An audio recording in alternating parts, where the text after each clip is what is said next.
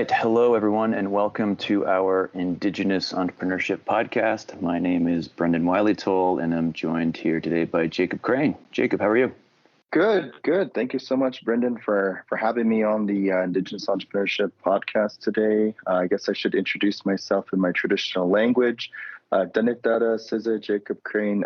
Hello, everyone. My name is Jacob Crane, and I am from Tsuut'ina Nation, located in Treaty 7 territory in southern Alberta.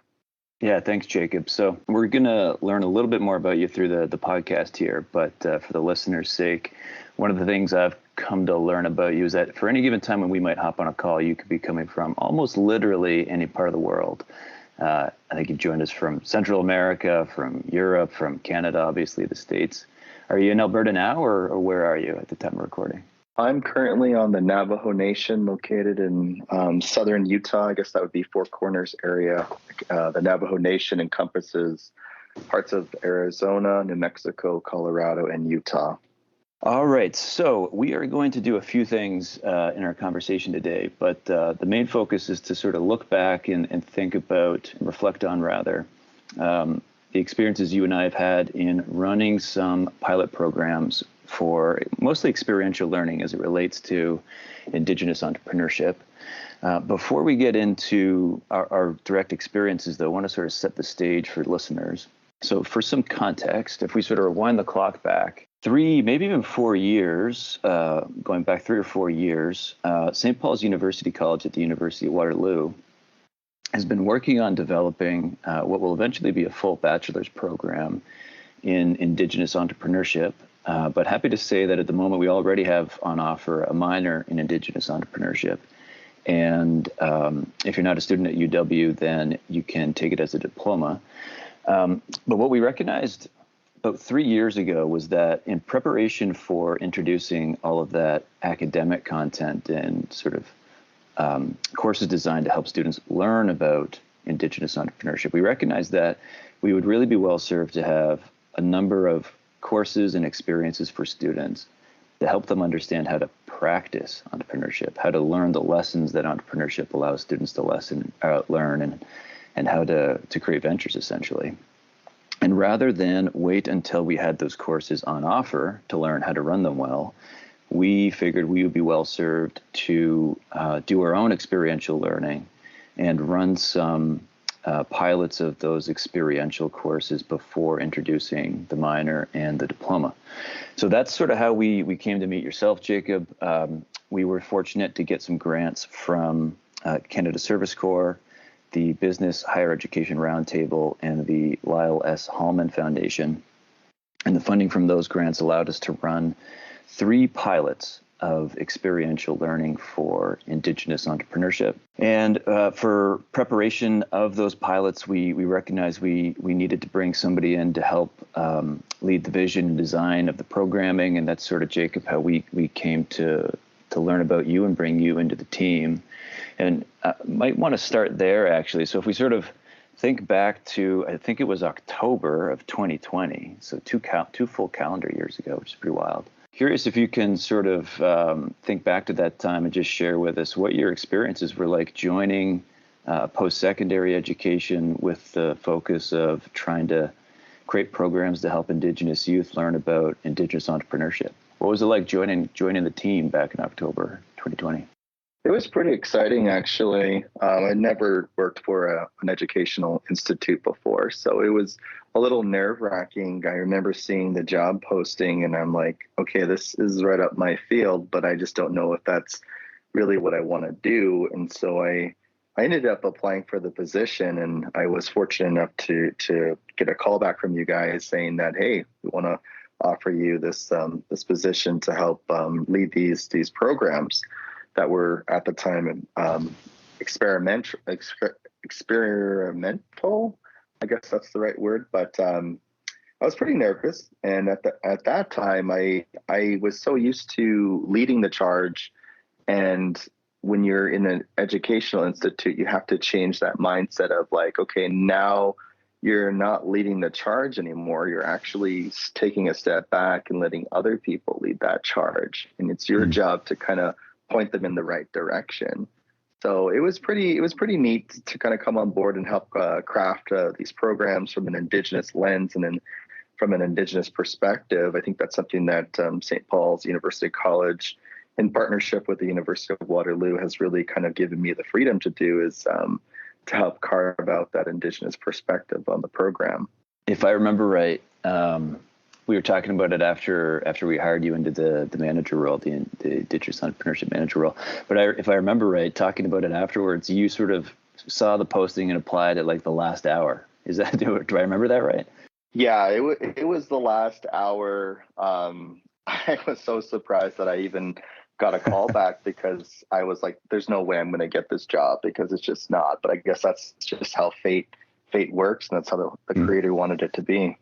Yeah, you wouldn't have known this because you were on the other side of the table, but we had been doing interviews with a number of people, and it was like as soon as we hung up from our conversation with you, Jacob, the team that was doing the interviews there is like, oh, we got our guy. So it was pretty obvious on our side, and it's worked out really well. You joined the team October 2020, and then through the remainder of that fall term, what we started working on was we started preparing for our first pilot. So for our first pilot, what we wanted to really focus on was sort of a more traditional entrepreneurship training or experiential learning structure. So basically, we wanted to have an opportunity for students to learn about, we call them milestones. So like, what are the steps that you have to go through to get an enterprise off the ground? But part of the experience we've had in teaching students at UW about social entrepreneurship, what we've learned is that it's you do need to teach them about the fundamentals, the milestones, and the steps that a business goes through.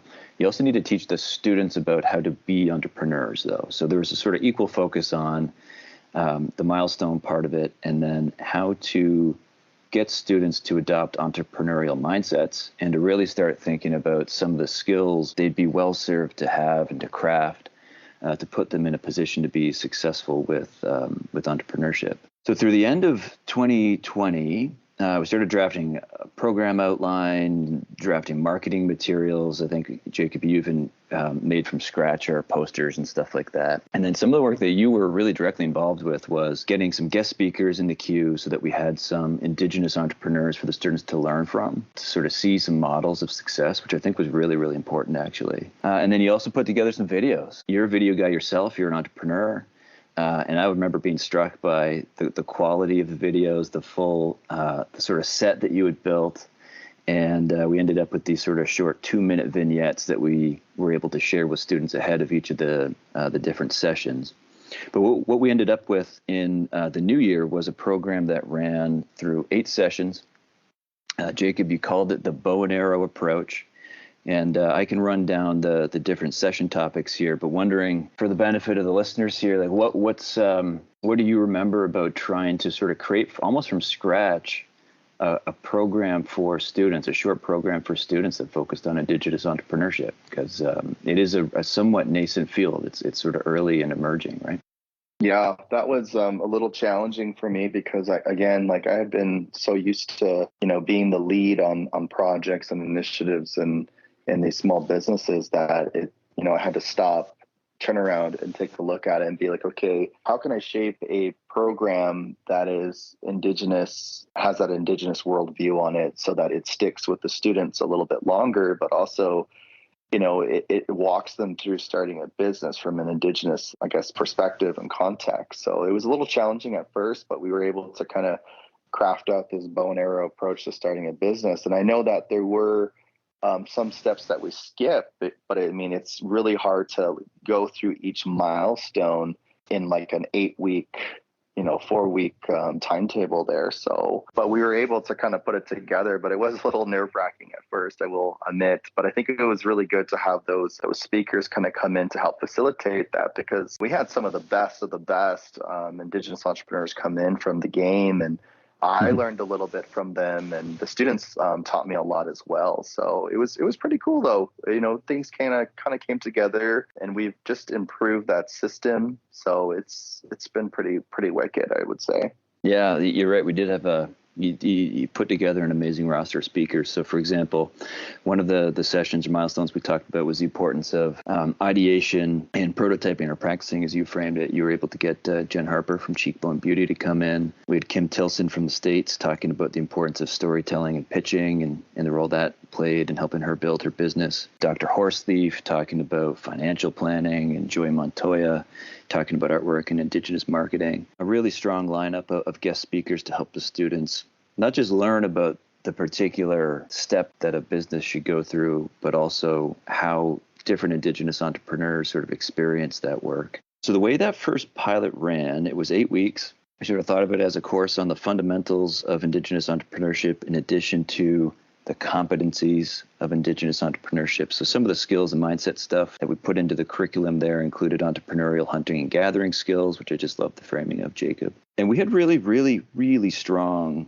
participation in this one. So I think we had around 35 students apply from across Canada. So at this point, it wasn't linked to any curriculum of any kind. It was sort of co-curricular, essentially. So students could apply from any school anywhere in Canada. It didn't really matter where they're coming from. And we had applicants and participants from essentially every province and territory from Ontario West, which I was really happy with. And of the 30 or 35, we ended up with 20 in the program in this first pilot. And they were with us for 8 weeks of structured formal learning. So that's where we went through 8 different topics, 1 topic a week, and we had some of those guest speakers I just described to come and join us. And then it sort of flipped into a handful of months where at the end of the 8 weeks of learning, students in the program would pick 2 or 3 milestones or skills from the 8 that we had spent some time talking about, and decide that these are the ones I want to spend some time learning about and developing for myself. And so it flips from formal learning in the first 8 weeks to then, how do I do this? How do I apply this over the next 2 months?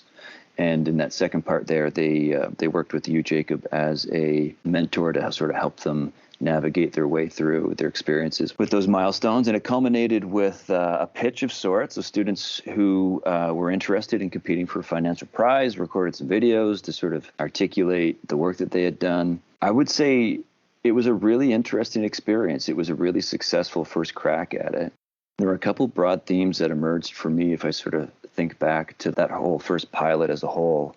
One of them that really stood out for me was how often the group of 15 to 20 on any given session sort of spoke about, maybe sort of offhand at the end of the session, how nice it was or how much they appreciated having a community of other Indigenous entrepreneurs to connect with week to week. Do you remember that too, Jacob?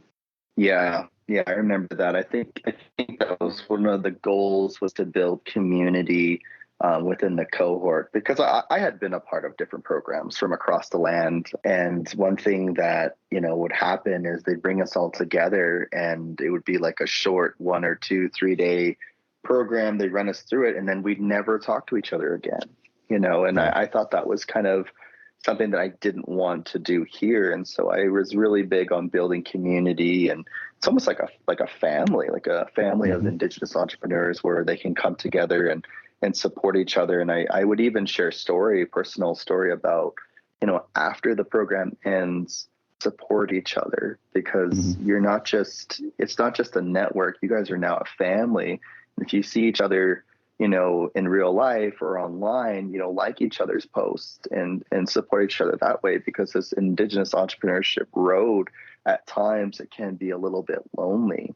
And so I'm so proud that I've befriended some of these folks online, and I see them commenting, liking each other's posts, sharing each other's posts, really uplifting that community. And so that was something that we really got out of that first cohort. Yeah, and you're right. It was by design. Absolutely. I remember some of our conversations in the lead up to that pilot, we sort of spent a bit of time thinking about what would success look like for us. And the obvious goal was let's make sure that we offer some programming for Indigenous entrepreneurs that helps them move their enterprise along. But again, because of the whole point of getting into this exercise, getting the funding, we also wanted to make sure we understood how to design programming to achieve that outcome. But one of the other things we were really, really intentional about was, by the end of the program, we wanted to have students feel like they were a part of a family, like they were a part of a broader community. And I think I think you did a really good job in producing that outcome. And I think actually sometimes the fix for these things are really simple. Like you created a Facebook page for the cohort. And because of that, they were able to sort of chat and joke about offhanded things here and there. And it was, again, a pretty simple approach, but really effective as well in some of that community building. One of the other themes I would say that came out for me from that first round, and this sort of gets into more broadly defining what Indigenous entrepreneurship is and what it means, which I think is, I said before, sort of nascent. It is sort of somewhat maybe being redefined or rearticulated, because Indigenous entrepreneurship isn't new, I would say, but it sometimes feels new. But my background is in teaching and practicing social entrepreneurship.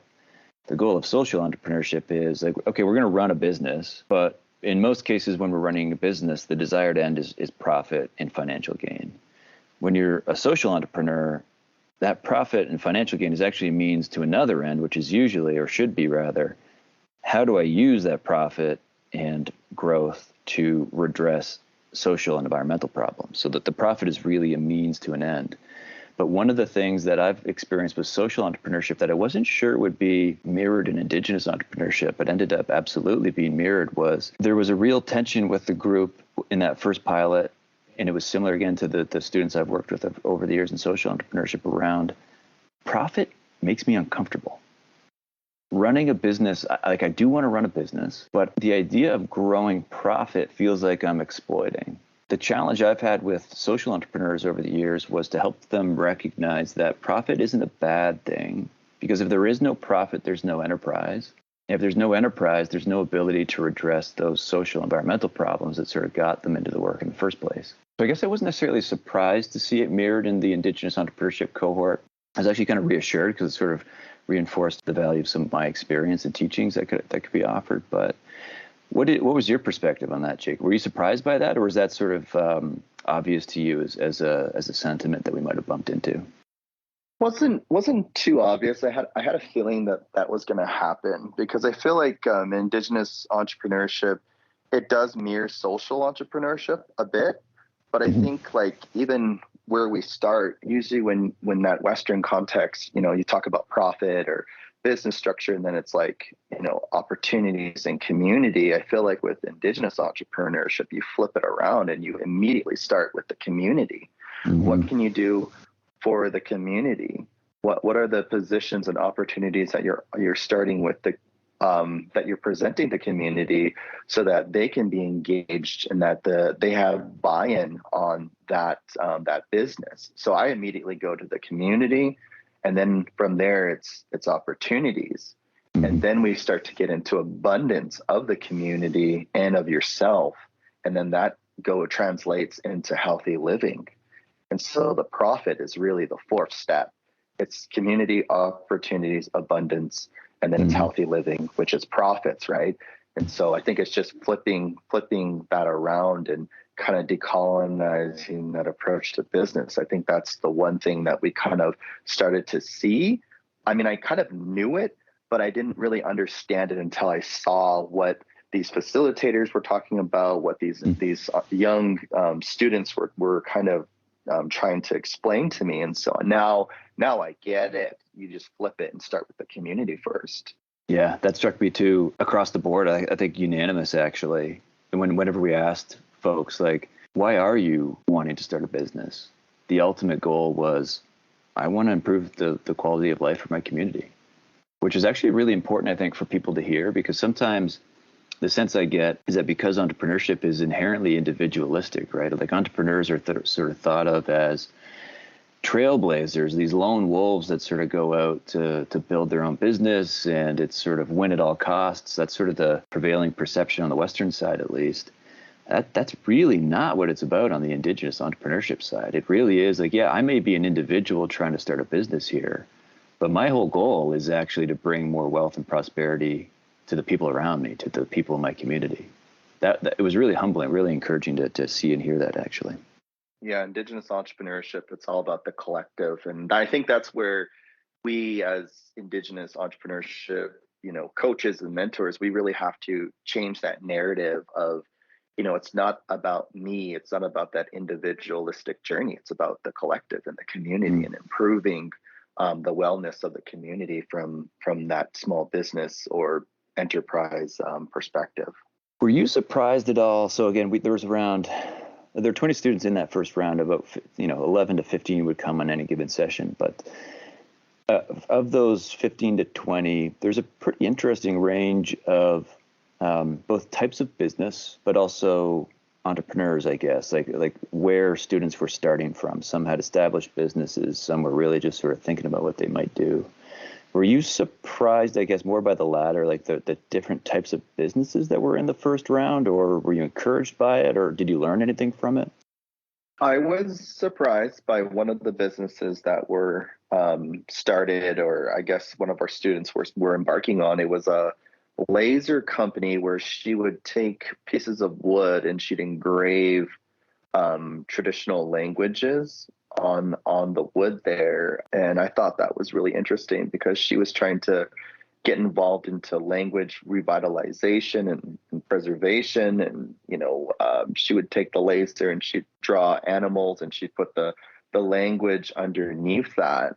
And she would market that to elementary schools, daycares, middle schools, high schools. And I thought that was so freaking cool. So that was something that kind of surprised me because of the technology that she was using, because I've never heard of that before. But a lot of the other businesses, I kind of had a feeling, but it was just neat to have that community form there, and we all kind of share a story about where we were in the process and the journey. But I always kind of noticed that culture and traditions always kind of cross over into the business whenever there's Indigenous folks involved with starting business. So Indigenous entrepreneurship definitely has the culture and those values integrated into that perspective.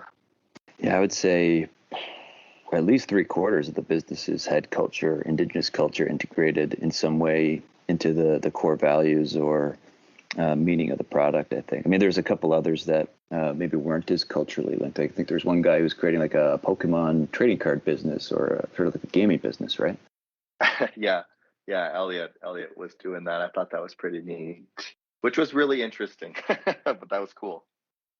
Let's change gears here a little bit. Still sticking with this first pilot. Conversation so far has been sort of our experience getting the programming up and running and the experiences of the students or with the students. I want to change gears a little bit to our experience leading a program like that. And I guess I kind of alluded to this a little bit before with the social entrepreneurship piece, but one of the things I will admit I had going into this first round was a little bit of imposter syndrome. Was really not clear or certainly not confident in any way about whether or not my experiences, my perspectives, whatever would resonate with the group. Because I'm sort of coming from a very specific background, mostly Western approaches to entrepreneurship, absolutely vision and value linked because it's social entrepreneurship. But I wasn't sure going in whether or not any of that experience would again resonate with the audience. Our sense after the feedback from the students was that it actually worked relatively well, which I was encouraged by. The confidence going in was actually pretty low on my end. What was your personal experience, Jacob, in that first round heading in with that relatively large group of students from, again, across Canada? I was nervous. Because anytime you're doing something for, the first time in an educational setting, I think that kind of made me a little bit shy or a little bit timid, but I think I did a pretty good job at trying to facilitate those conversations around Indigenous entrepreneurship and trying to get the message across of what we were doing at St. Paul's University College. I feel like we learned so much out of that first cohort. Like we understand that, like, yes, we want to structure a program where the students are getting something out of it, but we have to decolonize the structure and re-indigenize and reintroduce those Indigenous values into that first cohort. So I think it was good to have that framework, that Western context framework, but we also changed it a little bit, and that's why we started to get that bow and arrow approach on how to start a business. And the reason why I did that is because I wanted these buzzwords to stick with the Indigenous student long after the course was over, so that they understand, oh, well, this is what Jacob and Brendan were talking about. So learning experience all around, I think we did a pretty good job.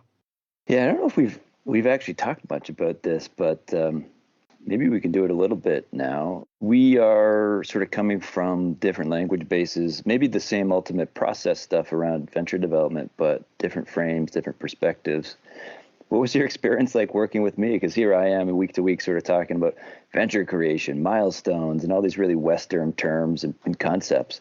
Was it easy to translate it into an Indigenous perspective? Did some things not translate at all and had to be discarded?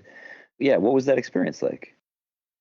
It was so. I would say a lot of the material was good. It's just it needed that Indigenous lens on it, because some of the stuff I didn't understand at first, but I'm like, okay, this is what he's talking about. I have to translate that over. And so some of the stuff was great.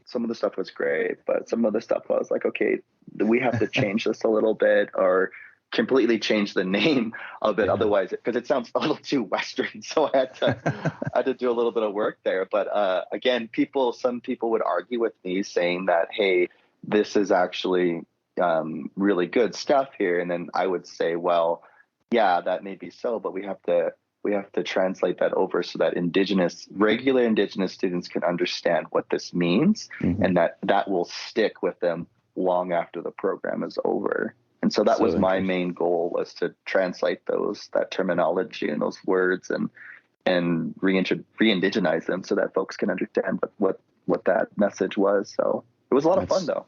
It actually reminds me a little bit. I sort of mentioned at the top that we had done work before meeting you and running these pilots around building the curriculum and plan for a bachelor's program. Part of the work there, we were working with Lori Campbell, who's now over in Saskatchewan, but at the time she was director of the Indigenous Student Center at UW, and she was helping us with some of the curriculum design, and talking about what courses should we run, and what are the program level outcomes we should be aiming for here. We had around the table, there was me, Lori, Rick Myers, who's the principal of St. Paul's. But then we had people from even way more traditional perspectives on entrepreneurship at the table. And I remember her talking afterwards. She's like, I'm kind of glad you're in the room, because I have to do way less code switching with you. Like, whenever some of these like pure entrepreneurship folks are talking, she sometimes had absolutely no idea what they were referring to or what they were even saying. She said that the code switching burden was really, really heavy. So it could have been worse, I guess, is the ultimate lesson there. But you actually mentioned something interesting, Jacob, about, you didn't say this with these words, but pushback from students during the experience in this first pilot. So maybe let's actually, before we move on to pilots 2 and 3, let's talk quickly about that, because on the whole, positive experience. But there were things in that first round that students did identify, in some cases pushed back against a little bit, which might be relevant to sort of air out here. Which ones come to mind for you? Well, when we were shaping the framework of the program, I purposely left out trauma, and I didn't think about culture and monetizing that cultural experience. So those were two things that we kind of left out, that we discovered in that program, that need to be talked about and need to be included in any program moving on. And so that's something that we kind of discovered. And I don't think we stumbled. I mean, we might have hesitated, but I think we navigated that space pretty well. And Bryn, you're a great ally, and you really understand how to code switch like that with me. And we worked well together in answering those hard questions. But those were two things that we kind of came across, was the trauma that Indigenous people face and at sometimes are carrying with them. But we also talked a little bit about some culture and culture sensitivity, so that we're not always monetizing Indigenous knowledge. And there's a line there, but it's such a what's the word, unexplored line that we don't really know too much about. There's people that walk the line, and there's people that cross the line. And so we kind of came to a conclusion that there is a line, and we want to be on this side of the line and not always crossing the line. Yeah, I remember that in some of the same way, that conversation around like, should I be comfortable with profit, or profit makes me uncomfortable? What do I do here? That conversation of like, what role can or should my indigeneity, my culture play in the business came up quite a bit. And for some students, I don't think anybody in that first cohort was at risk of crossing what is sort of like an unknown or undrawn line. But I do remember one conversation, there was a student who was thinking, and she was sort of at that very, very early stage of not being an entrepreneur, but sort of thinking about a bunch of different business ideas. She was like, well, a candle business would be interesting, and maybe we can work some of the medicines into the candles. And for other folks in the group, the idea of sort of treating some of those traditional medicines as a form of product started to more clearly delineate where that line might be. Because for some of them, saying that the cultural medicines is just not a place where you go with Indigenous entrepreneurship. But it was a pretty important and interesting conversation, I would say. There was also, it's hard to know about the roots of it, but we did have at the end of that first round a competition for a single prize. I think it was about $3,000. And some folks in the group felt like, again, because Indigenous entrepreneurs are much more collectivist and it's about community, say, well, this should be a distributed prize. This shouldn't be something that just one person gets. So that's something that that we've carried with us as an experience into the future rounds. Anything else you want to say about Pilot 1, Jacob? Yeah. Going back to that medicine line there of like what to do and what not to do. I think it depends on who's doing it and the messaging and the purpose behind that. Because I do know there are some folks that do like boxes, and they put sage and sweetgrass in the boxes, and they sell that as part of their business. And I think it just depends on what the messaging is behind it and what the purpose is, right? So I think there's a lot of reconciliation that's happening within Indigenous spaces and Indigenous businesses, where we're trying to do things in a more respectful way. So although we may have like said, there's a line here, I think it all depends on who's doing it and what the purpose is. So, and the messaging behind it. So not to discourage anybody that might be working with medicines and utilizing that as part of their business. So yeah, that's all I want to say about that. Yeah, and different folks in that group had different perspectives on it. And you've said this over the past few weeks leading up, but like we're starting to form definitions of this stuff and form meaning around this stuff. It's not necessarily well defined yet. Okay, so that was sort of our broad strokes experiences with the first pilot, and that was back in early New Year of 2021. There were then two other pilots that we ran. The second one sort of started, we did a lot of the program planning in the spring of 2021, and then we did another one that kicked off in the winter of 2022. And the structure of the second one, the one in the middle, was very, very different than the first one and the third. The first and the third were largely the same in terms of design and desired learning outcomes. The one in the middle, the approach there was sort of drawn from some of the experiences of a program at St. Paul's University College called Greenhouse. They have this program where they put students into organizations to look for innovation opportunities, and the hope is those opportunities become business opportunities. So really sort of going all the way down to the far starting point end of the continuum around venture creation. We wondered if such an approach would work for Indigenous entrepreneurs as well, or students interested in entrepreneurship and innovation. So the process here for us in terms of lead up and planning and such was we had to sort of take the program that was being run by Greenhouse and adapt it again to sort of cultural Indigenous contexts. We then had to find a handful of organizations who would act as what we call hosts. So they sort of bring the students, it was still virtual at the time, but they virtually bring them into the organization to give those students the ability to learn firsthand from staff and other stakeholders they work with. But the way that program was essentially designed to work was, here's an organization with a strategically pressing challenge that they are trying to resolve but haven't been able to yet. And then the general idea is, the theory rather is, if we throw some young people at it, maybe their fresh perspective and out-of-the-box thinking can lead to some unique solutions that we would not have been able to think of on our own. We ended up with an interesting spread of organizations hosting students in that second round. So we had the Canadian Institute for Campus Mental Health here in Ontario. We had TAZA Development Corporation from your home region in Alberta there, Jacob. And then we had Volunteer Canada. And an interesting range, too, of challenges. So for the mental health challenge, the focus was, how do we design curriculum that better supports mental health? So rather than creating mental health supports outside of the academic courses, can we start to integrate this into courses? For Volunteer Canada, the focus was on how do we get young Indigenous voices and perspectives into governance roles, into boards of directors. What are the barriers to that, and how can we start to redress and remove some of those? And then for TAZA, the focus was, or the recognition was that there's a lot of economic development planning that happens in any given region of theirs. They would be well served, and it would sort of serve the community's needs well to engage youth perspective in that early and often. So those are some of the challenge that we sort of had on offer for students. And so the process then is, here are these challenges that students could sign up for. We'll market it broadly the same way we marketed the first opportunity. And again, we had 35 or so students apply to the first pilot. In the second pilot, with this sort of challenge and host approach, we had a terrible time trying to get people to sign up for that.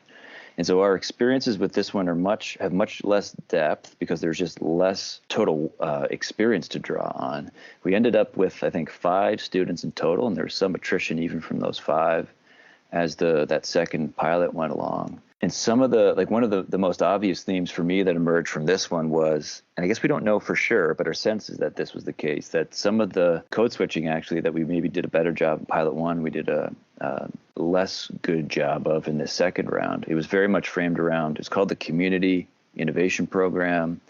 And our sense was that that may actually communicate very little to people. It may mean very little to people. And as a result, we had, you're not going to sign up for something if you don't know what it is or what you're going to do.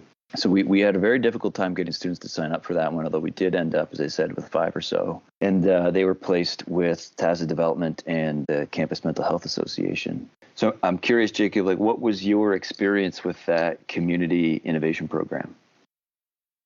It was a little challenging. We had a little bit of a hard time recruiting the Indigenous students to that cohort, that second. But I think a lot had to do with how we were centering Indigenous knowledge and into the structure and how we were incorporating that. I think that was one of the things that we found out that we weren't doing enough of, and I think it posed a lot of challenges later on when we were trying to recruit students. And I think it's subbing out words, changing the words a little bit, and code switching a little bit more from a community stance. And so right now, I think it was called the Community Innovation Program. I think we probably could change it and call it like the Community Social Impact Program or something around those lines, and maybe even add more Indigenous flavor to that. I think that was something that we kind of found out later and after the fact, due to the low numbers of Indigenous students wanting to be involved in that program. But it's a great program. I'm not giving up on it. I think, in introducing Indigenous students to host, to solve a challenge within that organization, I think is key, and it really helps build the Indigenous students' network and net worth within their own personal journeys, but within that institute that they're working with, so that those challenges are being met with Indigenous knowledge, Indigenous solutions, and that they're Indigenous led. I think that's huge that those Indigenous folks are around that decision-making table, and that's part of the reconciliation, right? Where reintroducing Indigenous knowledge into those structures that are very Western. And so it's almost like we're not invading, but we're reintroducing Indigenous footholds in those spaces that have been so long without it. Yeah, and I agree with you. It'd be nice to try this one again, because I do think that if students were in the program, they'd find it valuable and instructive. I just think it's a hard thing to sort of communicate and help students understand what the purpose and experience would be, because it's possibly a little bit different in its approach and its framing. But we did have a couple of teams go through the program in this second cohort. One that you're particularly close to was working with the TAZA Development Corporation. In terms of sort of the student experience, what are your observations from that group? Because they've been working with them now for quite a few months, right? Like we're getting close to probably 6 months of engagement and interaction and co-design. Yeah, it's been wonderful. I know Kelly and Carmen are having one hell of a partnership, and they're really networking within that corporation there, and that's something that we really wanted. We wanted to take a step back and let the students really form and build those relationships with that host organization. So I think that's something that's really important. And there's job postings there. There's career postings within that Taza development. And so hopefully Kelly or Carmen, they get scouted and picked up to maybe run that program that they developed there, or maybe they get plugged into another network that Taza has going on for them. So there was a lot of good that was done there, and a lot of Indigenous led and knowledge transfer to this corporation. And that corporation is there for the Indigenous community to help embark on their economic development. So I think it's really good that our students had a chance to see that. And I know I used to work for Taza Development back in the day, several years ago, and it's had a lasting impact on me to understand how to code switch in that setting as well. Yeah, I'll use that point about how, they're working with Taza on this particular project, but there could be even job opportunities in the future.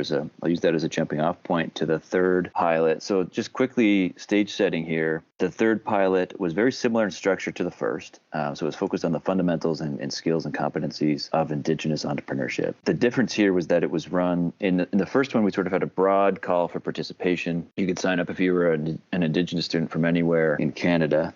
In this last round, it was the same program, but the recruitment approach was different. We were partnered this time with a school, with the Saskatchewan Indian Institute for Technology. We ran the program essentially for a class of theirs, their second-year business students. And so the connection for me between that employment experience you referenced in the second pilot to this one is that one of the quick things we learned for this last group was that in the first round, anybody who signed up because they were interested in aspiring to be entrepreneurs. Right? It was positioned as an Indigenous Entrepreneurship pilot, completely voluntary.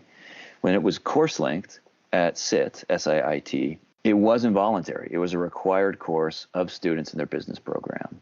And as a result, we had students in that group who, a good chunk of them were absolutely interested in entrepreneurship, but some of them were interested in just sort of gaining general business skills, and their intention was just to go be an employee somewhere, which is excellent. That's absolutely an outcome we want. But it's a very different perspective for a student to be coming from when they're in an Indigenous entrepreneurship program. And I remember one of the conversations we had at the very, very start when we were sort of introducing what we would be doing with them to the group. There's one woman who sort of raised her hand and said, look, I'm not particularly interested in entrepreneurship. I want to be an HR manager. What does this course do for me? I think the response back from you and I was, you can use a program like this to absolutely learn about how to start your own business. But in a lot of ways, entrepreneurship is a training ground or a vehicle for developing leadership skills, for understanding the importance of initiative. And we sort of quickly sort of reframed for her that, you can think of this less as venture building, an exercise in entrepreneurship, and more as, how do I just get an initiative off the ground that differentiates me from competitors if I'm applying to HR jobs? And so it was sort of a completely new perspective on the role that Indigenous entrepreneurship education could play when it's course linked. That, I think, was a pretty interesting experience for us to learn from, because a lot of this will be more course linked in the future. But this is also one where you have been front and center and absolutely in the lead role. The prior two, we sort of worked on those in tandem. This last one with SIT, you have been the lead. So I'll sort of throw it to you to maybe fill in any gaps you want to fill in around what the programming looked like and how it worked, or you can also start more generally with what your impressions and experiences have been with a different type of student group. Yeah, it's been a wonderful experience working with SIT. Every single class period, we have a high attendance. And so I'm doing something right. That's what it kind of tells, right? But a lot of the examples and experiences shape of things that I've kind of got. So it's extremely Indigenous. Everything that I bring to the table is an example that I've seen. And so we'll talk about the structure that we built before the bow and arrow approach, but a lot of the things that I'm utilizing, I'll be like, this is what value proposition is, and here's the story the Indigenous story that helps back up what that is and where you can use it. And then we kind of go into, what's the word, open conversations. And that's really where the students will kind of chime in, and they'll kind of let me know like what their thoughts are on that. And sometimes it might go into a completely different conversation where we'll talk for a few minutes. But I think the biggest thing is just really drawing on those Indigenous experiences and examples to help support the program development and program outcome. And that's really where I've kind of seemed to build my confidence, and I've really shined in that third cohort there, is that the students are showing up every class period.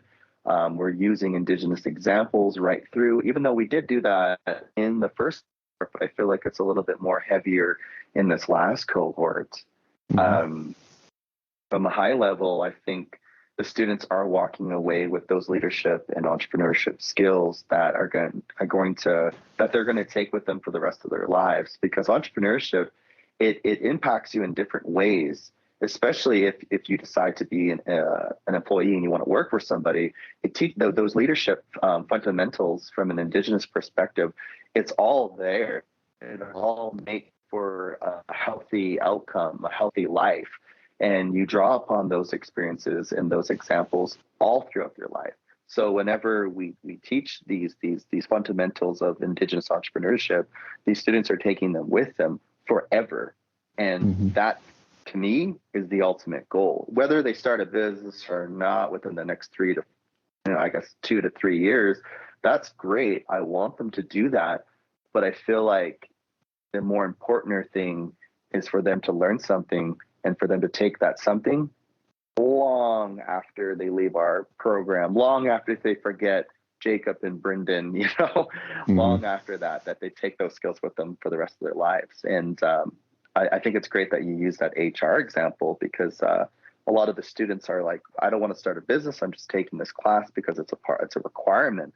And then we kind of asked them, well, what do you want to do? And then the lady was like, yeah, I want to work in HR. And then we started talking about consulting, and then we piqued her interest there. And we started talking about like, well, now you're a consultant and you're starting to build that structure around Indigenous communities, and you start to build out the case study and what she could use as her master's thesis. And all of a sudden we had her hooked on the program, and I don't think she's missed a single class. That means we're doing our jobs as hooking the students to come and really learn something at those class periods. So I think we've done a really good job at this third cohort, and it's along this journey. Like I think reintroducing Indigenous knowledge and decolonizing entrepreneurship is one of the most key things that I've learned here, and that Indigenous knowledge is valuable, and it's not, it's valuable, but it's worth something. And that if we can re-equip our Indigenous populations with that mindset, oh my gosh, we're going to go far in reconciliation within Canada and even within the United States, across the world. I really like that. Sort of zooming out for a second, looking at the past 2 years as a whole, I guess you sort of mentioned a few things there. Like there's been some transformation for you in terms of your understanding of the role of, say, Indigenous knowledge and the importance of it. There's certainly some confidence around being at the literal front of a class with some of this stuff. But any other observations for you, sort of looking back at these three pilots all together over the past 2 years? It's been one heck of a journey. It's been a learning journey for me, and it's really helped shape who I am and really invest in Indigenous knowledge. And I know that that's something that we talk about a lot on the podcast here today, but I think it was a lot of self-awakening. It's just done a lot, the three cohorts. And I think we've probably impacted, 40 plus students within the last year and a half here, Indigenous. And I think that's part of what we set out to do, and they've had a lasting impact on my life as well. So I'll take these lessons and knowledge learned with me for the rest of my life, long after my time with the University College here. Hopefully I'll stay with the University College here forever, but well, yeah, maybe just before we wrap up, maybe say a word or two about what the future may hold for us, because we're sort of thinking about what sort of version 2 of programming for Indigenous entrepreneurship might look like. Yeah, we're definitely going to be a Indigenous Entrepreneurship incubator called Trading Post, where students from across Canada will, Indigenous students from across Canada can kind of take part of, and they can really have the resources and support systems that they need to succeed in their businesses. And it's a part of that diploma program right now. It will be a part of the diploma program, but that's kind of what we're going to be building for these students. And it's full of pitch competitions, panels, really just a resource center as well, and you get free coaching and mentorship. So a lot of this program is very Indigenous led, Indigenous centered, and Indigenous knowledge rich, and it's all from Indigenous perspective. That's something that's like so interesting, because when I went to business school, like that wasn't even an option. That conversation wasn't even an option. It's like, get out of here with that stuff. But at St. Paul's University College and partnership with the University of Waterloo, that stuff is welcome. That knowledge, that rich knowledge, is welcome there. And that is something that I think Reconciliation has really done within Canada. So I'm really happy to work on projects like that. Well said. So on behalf of Jacob and I want to thank everybody for taking some time to listen to our thoughts, our experiences with building experiential education opportunities for Indigenous students over the past couple of years. It's been a real pleasure to work with you, Jacob, over the last couple of years, to learn from you, and to build a friendship. It's been a real joy. So thanks for the past 24 months or so, and looking forward to what the next phase of this with Trading Post is going to look like. Thank you, everyone, for listening, and we'll see you later. And it's been a pleasure working with you, Brendan, and the whole team at Greenhouse and at St. Paul's University College. Yeah. Good stuff. All right. Thanks, everybody. Until next time. Bye-bye.